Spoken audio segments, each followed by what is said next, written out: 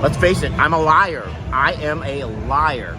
That's what everybody tells me when I talk about hand pays and taxes and everything that goes with it. So here's the deal. When you win a jackpot, you get a W-2G. A W-2. It's like the thing that you get from your employer. It's like income.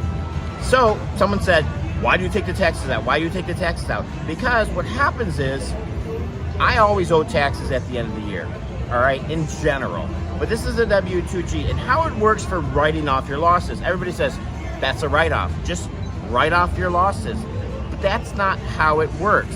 It's a W-2G. It's not a 1099, it's a W-2.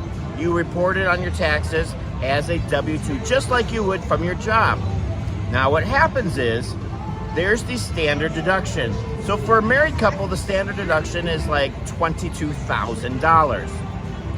So if you don't have enough deductions and itemized, and you just take the standard deduction, guess what? That becomes part of your income, and you have to pay taxes on your Handpay Jackpot.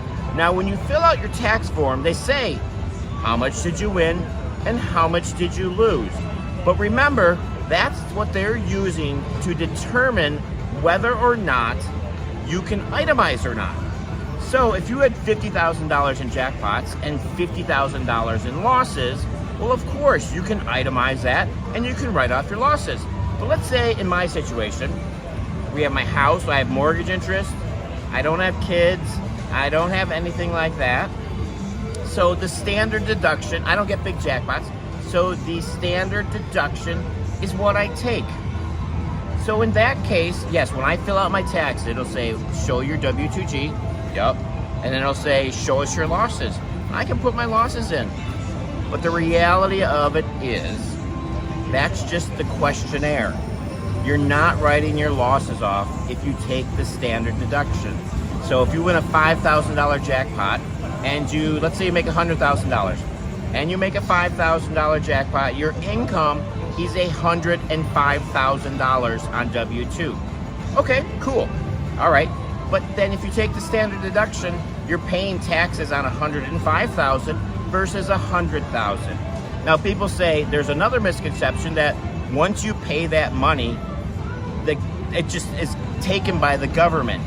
No, like for example, people say, well, they're taking 30-some% out. Why would you give them more money? That's just the wrong thinking. It is a W-2.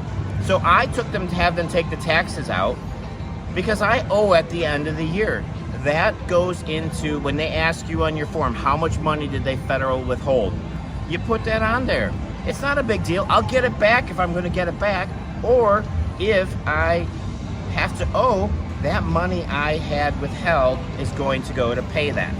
So in the end, I had a $1,433 jackpot and I got $900 after taxes.